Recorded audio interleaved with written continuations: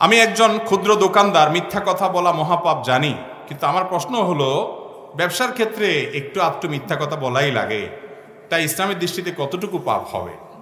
আহারে, কত সরল প্রশ্ন বেচারা। একটু আধটু মিথ্যা না বললে চলে না, কারণ কাস্টমাররাও সব 2 নম্বর হয়ে গেছে। কসম করে না বললে, মিথ্যা কথা না বললে, চমকপ্রদভাবে না বললে কাস্টমাররা বিশ্বাস করতে চায় না।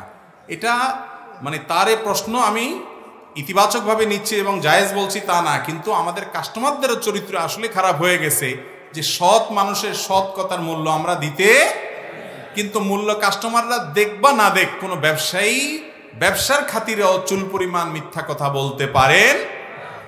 10 টাকার কেনা আছে, আপনি বললেন ভাই বিশ্বাস করেন ভাই এটা আমার 12 টাকা কেনাই পড়ছে ভাই, এরপরে মুলামুলি করার পর দেখা গেল 9 টাকা দিয়ে দিছেন, 11 টাকা দিয়ে দিছেন, তো কেনা দামের পরে কিভাবে দিলেন? ভালো করে শুনে রাখেন, আত্তাজিরুস সাদুকু মা'আন নাবিয়্যিন ওয়াস সিদ্দিকিন। যেসব ব্যবসায়ী ভাইয়েরা ব্যবসা করতে গিয়ে সত্য কথা বলে, তারা নবীদের সঙ্গে সিদ্দিকদের সাথে কিয়ামতের ময়দানে উঠবে।